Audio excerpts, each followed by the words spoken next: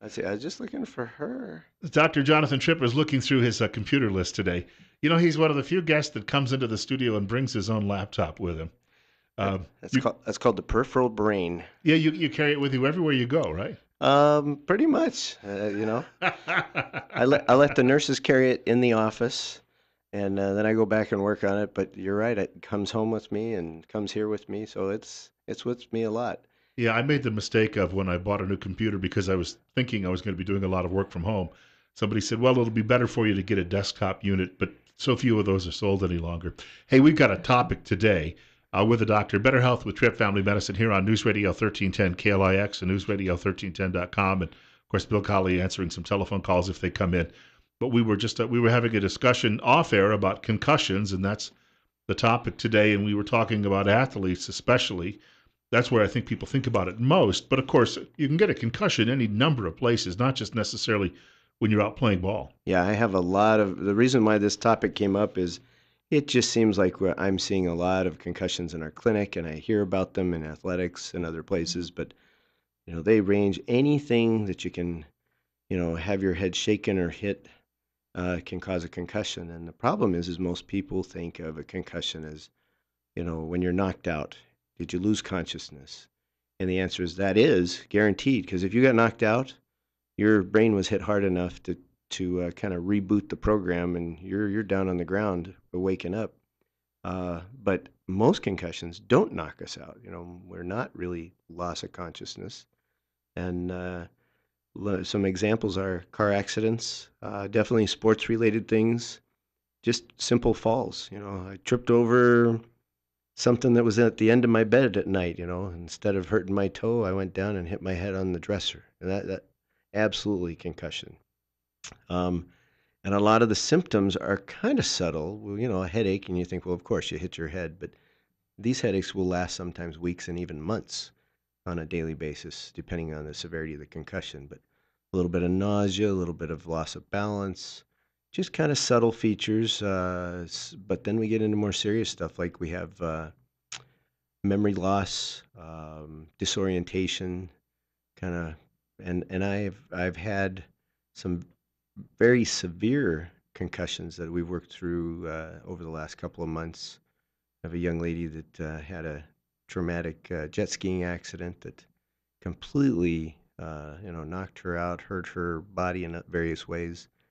But since June, she's been moving forward with, trying to get her memory back, and literally lived on a notebook every day to be able to look back and see what happened the day before. In fact, there's a movie called 50 First Dates I've seen that. that, is just, it seems comical, but it's tragic. And this is exactly how this young lady's been living. And then she's steadily progressed. And I don't know that she's using the notebook anymore, and she's remembering things from the past, and the things that have happened since the accident. So typically, if somebody loses memory, they're usually losing their memory from the time of the accident forward and struggling with, what did I do today? What did I do yesterday? And that's typical. But I have a scenario right now with a young man that's got both. He has had trouble remembering what's happened since the accident, and believes he's still living in 2012.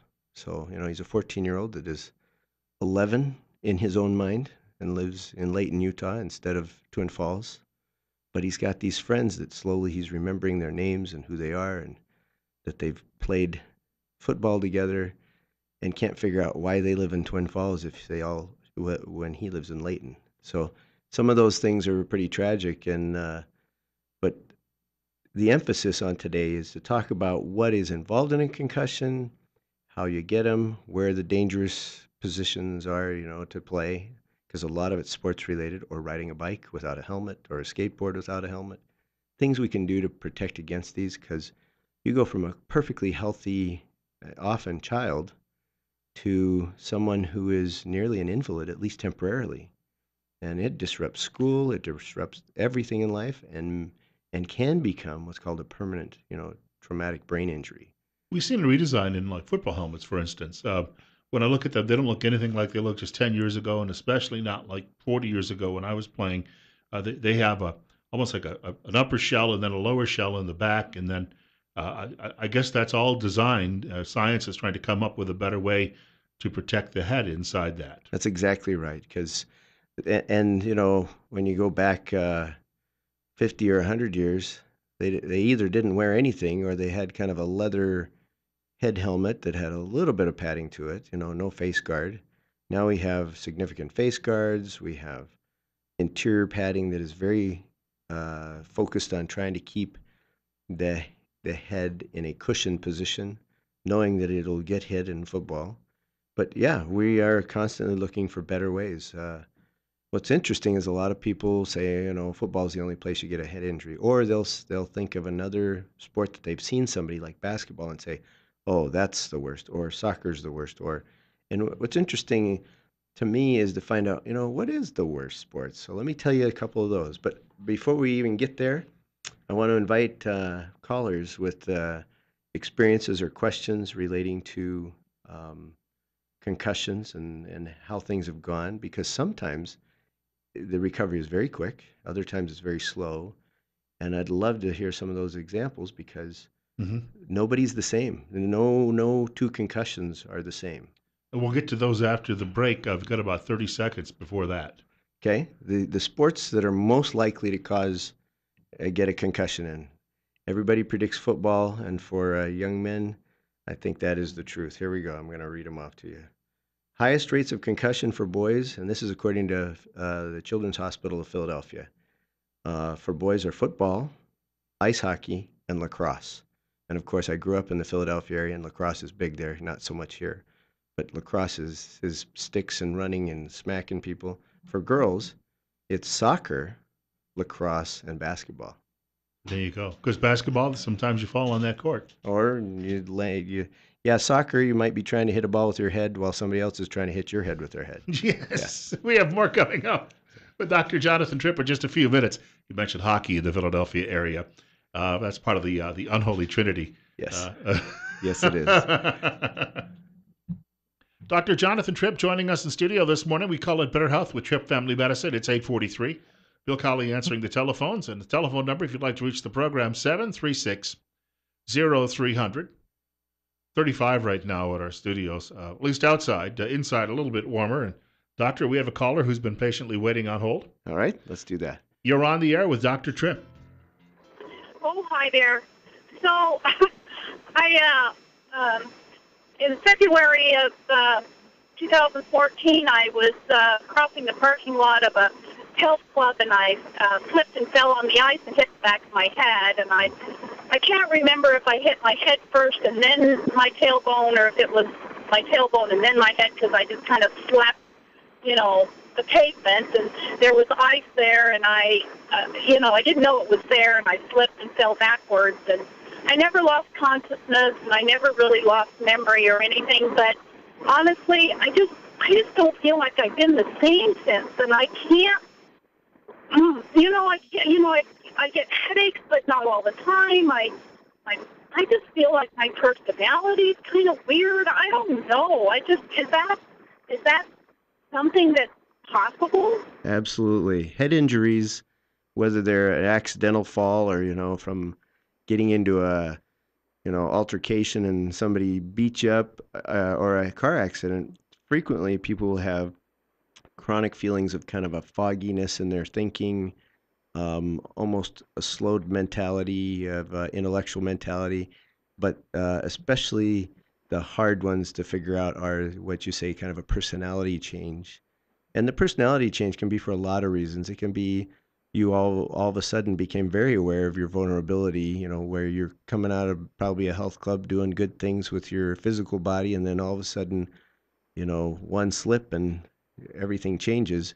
But it also this is going to sound a little on the alternative medicine side. In my training as an osteopathic physician, there's a group that does what's called cranial manipulation, which is really very soft touch around the head as well as for the sacrum. So it's called cranial sacral manipulation. So it's funny you said your head and your tailbone, but I do some of that, and there's others that are more expert at that. And I have seen in my own training a doctor work on a guy who'd been bludgeoned with a pipe, and had a personality change, dramatic personality change, actually recover after about a 3 month effort of treatment of this cranial sacral manipulation. And I know others would argue and say, well, he just needed the 3 months to recover, but it was a pretty dramatic before and after when the treatments actually seemed to take place. So there is a little hope that I have for you there. I can't say I'm your absolute expert, but be happy to see you and kind of discuss that. But yes, is the answer to your question. That can be directly Well, from your fall. I appreciate that because my symptoms didn't really show up till about 3 months after my fall, and I started to struggle with words, and I couldn't remember what I was doing, and I just would forget a lot of things as far as processes and everyday routine kind of things. But I mean, that's improved, and I have had some sacrocranial work done, and the lady said that I hurt my, like my intestines and my esophagus. The biggest injury, of course, was my neck. The whiplash from the neck was the worst part of it, because I'd had other injuries, and boy, that just frosted the cake for me. And so, that it's good to know because there aren't very many people in the area that do the sacrocranial work, and I think I really need to have more done because I just don't feel like I just don't feel right. Sure. Yeah, and I wouldn't want to make a promise that we can cure it all, especially, you've been doing this for over a year, but I'd give you a little hope to say it's worth a try. And, let me give you or give our audience our contact information. Our phone number at our office, this is Tripp Family Medicine. It's area code 208-933-4400. You can also reach us on the web at trippfamilymedicine.com and on Facebook at Tripp Family Medicine. But the phone number is 933-4400. Thank you. Want to thank you for the call. We have another caller with us, and you're on the air with Dr. Jonathan Tripp. Good morning. Hello? Sure, you're on the air. Go ahead. Okay. Do you have a question for the doctor? Actually, I am calling in because my son is a patient of Dr. Tripp's currently.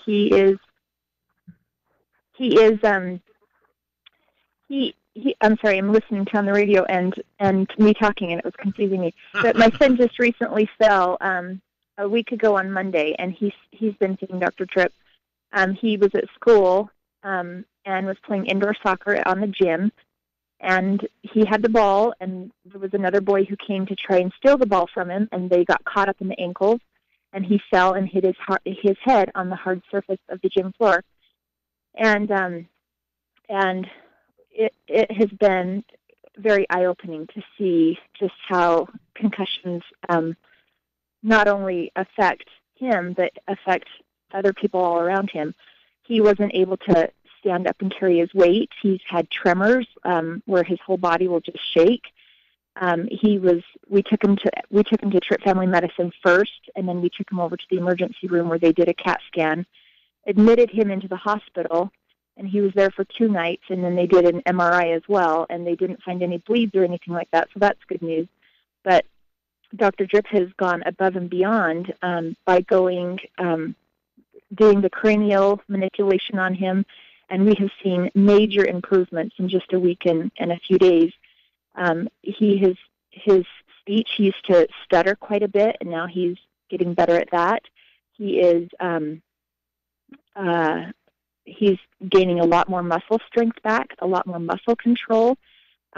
We still have a long ways to go as far as him getting back into school and whatnot, but he has made a ton of progress, and we're just happy that we have found somebody who has the experience and has the know-how to help treat him. So, yeah. Well, yeah, I appreciate that phone call. In fact, this is the young man I was talking about who thinks he's 11 when he's really 14. And it's been dramatic because he couldn't even identify his parents when he first had the concussion. And that took about 36 hours before he knew who mom was and who dad was. So this is a dramatic, relatively small impact injury has had a dramatic effect on this young man. And so, his memory is returning in some ways, like he'll remember things since the accident. He'll remember ads. He remembers conversations. But there's a lot of things he doesn't remember, and there's this blank part of time between 2012 and now that he doesn't recall at all, and he knows he's got people telling him, no, it's 2015. So it's not like he forgets that somebody's told him that, but he's still very dead set on, you know, where he lives and what he can tell you all kinds of details about the Super Bowl in 2012. It's amazing. Even who was ahead at the halftime and that his aunt was saying that she was gonna, cheer for the group that was ahead at halftime, and I wouldn't even hardly know who played in 2012. So he's got very specific details about 2012, and so that's been a great experience. I appreciate the vote of confidence, from the caller, and yet very first and foremost was reaching out to concussion experts through in the Boise area as well as University of Utah and Primary Children's Hospital. So I want to make it clear that when I do treat somebody, I don't try to be the expert of all things, but I am looking for those that can assist that do know more than I do so that we don't let things go too long on any kind of injury, and that, in particular for this young man. Want to thank her for the call, and obviously the news is that things are improving now and improving dramatically, and people can regain what they've lost. Obviously, sometimes it just takes a little while. Yeah, most of the time people recover fully from concussions. The biggest challenge is to say how long. Like this young man, a week from now, he may be 100% back in school, or he may be at 50% of his mental capacity, and we might take months doing this. I have another young lady who's had 2 car accidents, end of December 2014, and then again about April. And she's functioning well, but she feels very distracted, very poor attention to details, where in the past she almost has OCD type tendencies about details, and trouble with sleep. And so the first caller, one of the biggest things I would start by saying is, let's reestablish good sleep hygiene. Going to bed the same time, getting up the same time, get your brain reestablished, because that's a big factor in mentation, or your ability to think and remember and recall, so that you feel sharp. So those are some beginning points. We have some callers looking to join us still, and of course, number is 736-0300. I believe we have a caller with us right now. You're on the air at 8:53 with Dr. Jonathan Tripp. Hi. Hi, good morning. Throughout my life, I've had multiple hits to my head and stuff, and my brain has been kind of fuzzy, and stuff has gone fuzzy and stuff. Would you call that a mild concussion, or is it just getting my head hit? There are full concussions and what some doctors are talking about, subconcussive hits.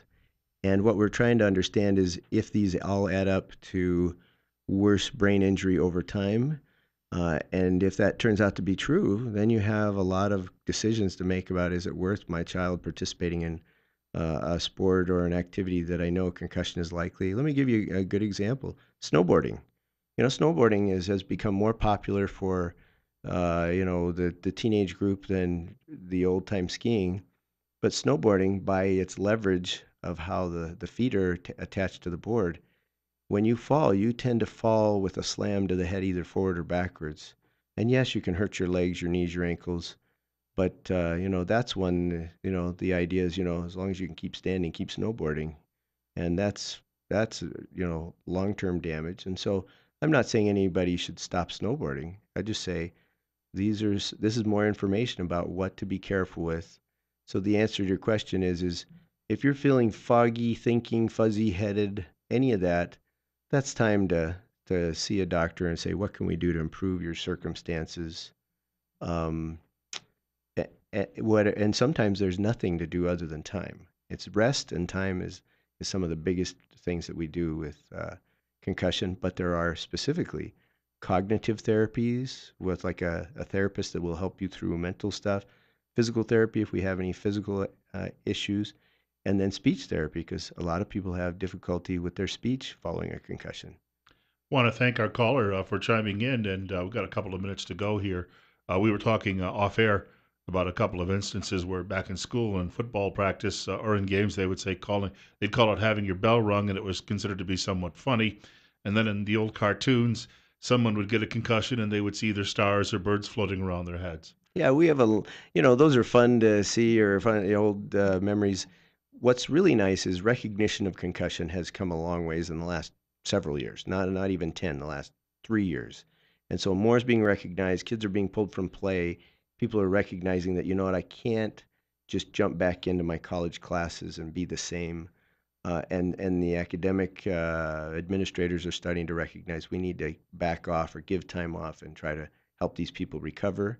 And another example is we see movies where the person I just went and saw the latest James Bond movie, and he gets hit in the head and crashes against stuff all the time throughout the movie, and kind of shakes his head, and then about a minute later, he's ready to go at a full fight, and that's not reality, Jim Rockford got pistol whipped every week on the old Rockford Rockford Files. Files. Oh my Yeah. goodness, I haven't heard that name in forever. But yes, so what we see in the movies is movies. It's not reality. And so recognizing that when a kid gets hit or an adult or there's a fall in the parking lot, that may take some substantial recovery time. But everybody's individual. Once you get through your symptoms, if you're a week free of your symptoms, a week after you've had a concussion, I would give it about another week in between and then say, you know what, if it's that quick a recovery, you're probably okay. But if you have more severe symptoms, they last longer, don't go back to play because your risk is a more terrible situation called second hit syndrome, which can threaten your life or at least your mental capacity for the rest of your life. We're going to end up, and I apologize, leaving some folks on the line who we're trying to get through today. But you know what? If they'd like to get more details, they could probably call you at the office. Absolutely. That's 933-4400. And I just want to say I have two new practitioners. So there's a total of four of us now working at the office. We have awesome healthcare providers, and we'd welcome you to come to the office. That's 933-4400. And you'll be back, or somebody from the office will be back next week, next Wednesday morning. We'll have a hot topic then, too. All right. Hey, Thanks. I want to thank Dr. Jonathan Tripp, of course, for joining us on Better Health with Tripp Family Medicine, right here on News Radio 1310 KLIX and newsradio1310.com.